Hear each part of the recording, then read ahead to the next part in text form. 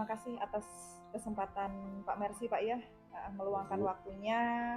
Di sini saya ada tugas dari program guru penggerak yang saya ikuti Pak. Sekedar Mhm, berbagi cerita atau pengalaman saja mhm, nih Pak ya, iya, terkait terhadap pengambilan keputusan. Nah kemudian di tugas ini Pak, ini kami sudah masuk dalam modul 3 nih Pak ya, tentang iya. prinsip keputusan, 3 prinsip keputusan, kemudian ada juga 4 paradigma dan 9 prinsip gitu ya Pak ya. Oh ya. Baik Pak, yang ingin saya tanyakan di sini, kira-kira nih Pak ya, bagaimana cara Bapak mengidentifikasi kasus-kasus yang mungkin menjadi dilema di sekolah Bapak? Kira-kira kasus yang gimana dulu nih, Bu, ya? Mungkin kasusnya kalau menurut Bapak ya masalah yang kecil aja dulu gitu Pak ya. Iya. Biasanya sih kalau masalah itu terkait siswa, itu kan biasanya saya serahkan langsung pertama ke wali kelas dulu. Setelah wali kelas baru kita ranahnya ke guru BK. Guru BK ya Pak Nah, ya. tapi biasanya jika masalah itu ada cukup dilema apalagi terkait dengan anak-anak, itu biasanya kita juga langsung turun ke lapangan. Kita langsung bisa tanyakan ke siswanya, ada permasalahannya, dicari dulu lah akar permasalahannya apa. Seperti Pak ya. Jadi cara mengidentifikasinya adalah Bapak langsung terjun ke lapangan, Iya, bisa juga komunikasi sama siswanya atau dengan wali kelasnya gitu ya benar Pak ya. sekali. Nah, terus selama ini Pak ya, bagaimana cara Bapak mengambil keputusan? Misal ada kasus di mana secara logis itu sama-sama benar atau sama-sama memiliki nilai kebajikan. Terus cara memutuskannya itu memilih salah satu di antaranya itu seperti apa Pak? Ya, biasanya kan kita pasti identifikasi masalah dulu, Bu, ya. Iya, iya. Kalau dia masalahnya kecil, kecil saja mungkin kita bisa menyelesaikan secara internal dulu. Iya, iya. Mungkin kita bisa berdiskusi antara yang punya masalah juga dengan beberapa guru. Namun jika masalahnya ini besar dan punya dampak keluar, ya mungkin kita juga akan melibatkan pihak-pihak yang terkait. Seperti itu, Bu. Kalau pihak-pihak yang terkait itu yang seperti apa, Pak? Apakah pengurus Mhm. yayasan atau pengawas terlibat juga? Ya, kita lihat lagi konteks permasalahannya. Jika masalahnya itu terkait masalah mungkin nama baik sekolah, mungkin kita bisa melibatkan komite atau pihak pengurus yayasan. Dan apabila jika itu ranahnya sudah masuk ke hukum, ya mungkin kita juga bisa melibatkan pihak dari hukum. Oh, Seperti gitu itu. ya, Pak. Oke. Nah, terus eh, langkah-langkah atau prosedur seperti apa yang biasanya Bapak lakukan? Apakah dengan cara memanggil pihak yang berselisih atau yang bagaimana, Pak? Iya, benar. Kita selalu mengutamakan objektivitas, Bu, ya. Jadi kita tetap memanggil pihak-pihak terkait, ya, pihak-pihak yang terkait langsung dengan masalah tersebut, ya otomatis kita untuk klarifikasi dulu, mencari sumbu atau akar permasalahannya dulu. Oke, Pak. Nah, terus Pak, hal-hal apa saja yang dianggap efektif dalam mengambil keputusan untuk kasus-kasus tentang dilema etika ini, Pak? Ya pasti kita pertimbangkan dulu, Bu, ya, baik buruknya, terus kita meminta pendapat dari beberapa pihak tentunya, jadi tidak serta-merta kita memutuskan di satu pihak. Dan biasanya kita, ya kalaupun memang tidak ada hasil yang bisa diputuskan bersama, mungkin ya otomatis kita mufakat dulu, kemudian uh, ya jadi biar pada saat pengambilan keputusan memang semua pihak sudah berkumpul, sehingga pada saat penentuan keputusan semua pihak juga bisa mendengar langsung atau bisa meyakinilah bahwa keputusan yang dianggap itu sudah cukup adil. Oke, terus Pak ya. Nah, terus adakah jadwal tertentu atau mungkin ada kasus-kasus yang harus diselesaikan atau perlu waktu tersendiri gitu loh Pak untuk menyelesaikannya? Ya, kalau memang tidak terlalu berdampak mungkin bisa langsung, Bu, ya. Jika masalah itu kecil kita bisa langsung panggil pihak-pihak terkait, namun jika masalah itu cukup berdampak dengan kondisi sekolah, biasanya kita akan mengadakan forum Mm-mm. atau dalam bentuk rapat dengan memanggil pihak-pihak terkait tersebut. Ya bisa kita juga memanggil pihak komite, perwakilan orang tua, atau bahkan dari pihak yayasan. Tergantung dari kasusnya lagi, Bu. Tergantung kasus ya Pak ya. Benar. Terus, adakah kira-kira orang atau kelompok yang mungkin bisa membantu Bapak selama mengambil sebuah keputusan ini, Pak? Kalau di sini alhamdulillah banyak sekali Bu ya, ada wali kelas tentunya, Oh, kemudian ada kita juga punya guru bimbingan konseling, kemudian juga ada wakil kesiswaan juga, dan yang pasti seluruh elemen di sini kita saling bersinergi, bekerja sama.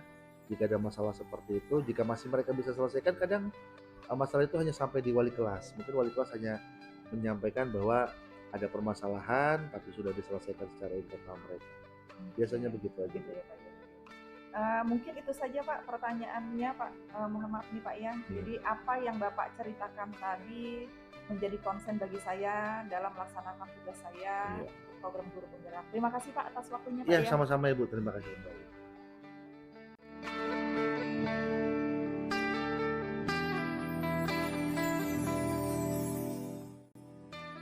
Atas waktu dan kesempatan Ibu Farida selaku Kepala SD IT ya Bu ya, pesisir Samboja.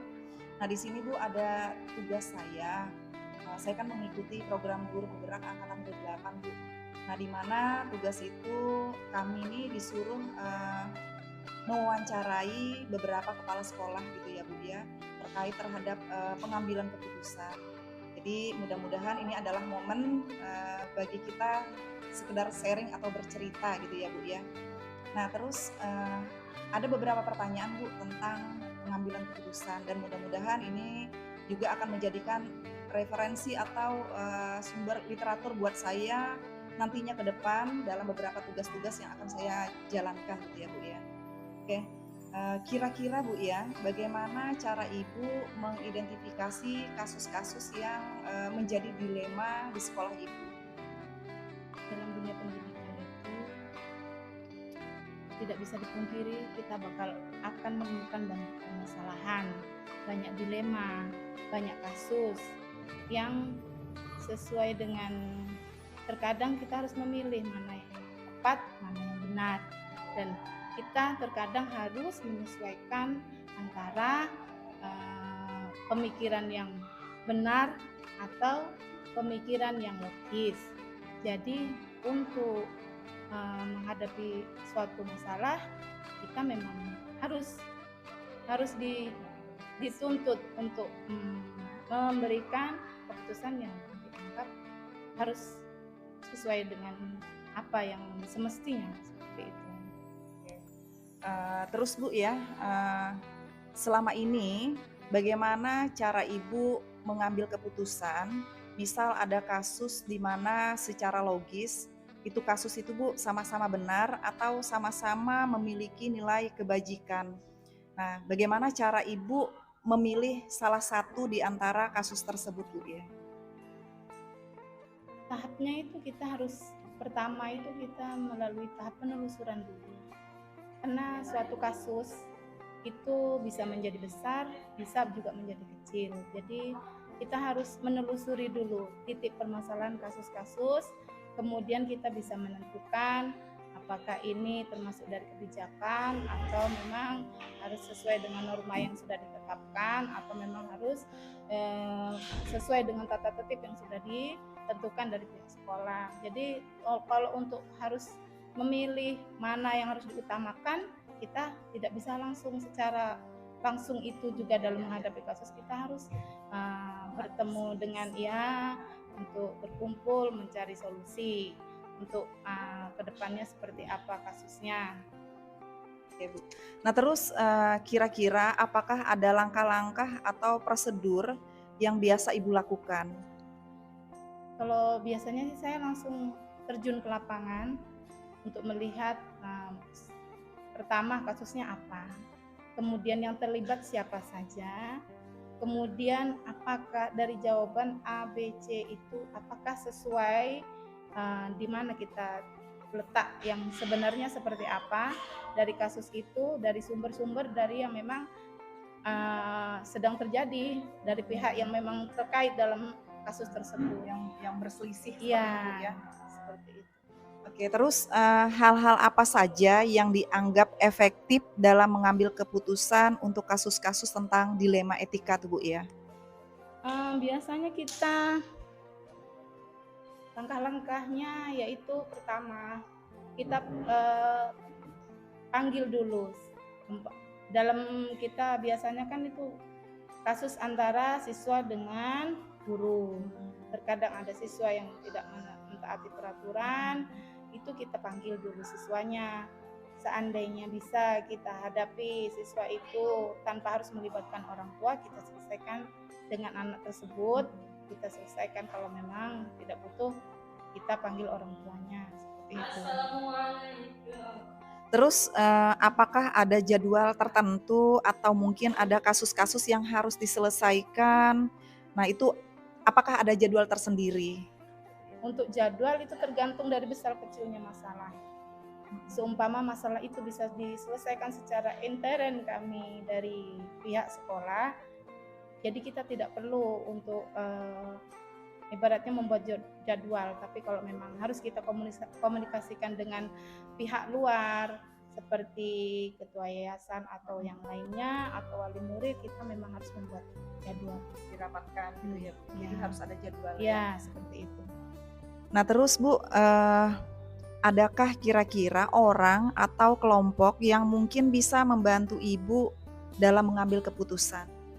Dalam setiap mengambil keputusan, saya tidak pernah sendiri dalam menentukan keputusan. Saya tetap membawa teman-teman saya yang dewan guru semuanya. Kalau memang masih bisa, kita tidak perlu melibatkan seperti ketua yayasan dan yang lainnya. Tapi ada sesuatu masalah yang memang harus kita libatkan orang lain di luar daripada staf sekolah dan dewan guru, seperti ketua yayasan, komite, dan yang lain-lain. Ya, seperti itu. Ya, jadi terima kasih ya Ibu ya. Mohon maaf mengganggu waktunya. Nah, jadi apa yang Ibu alami ini juga menjadi konsen studi buat saya dalam mengambil keputusan. Terima kasih atas waktunya ya Ibu ya. Pamit ya Ibu ya. Ya.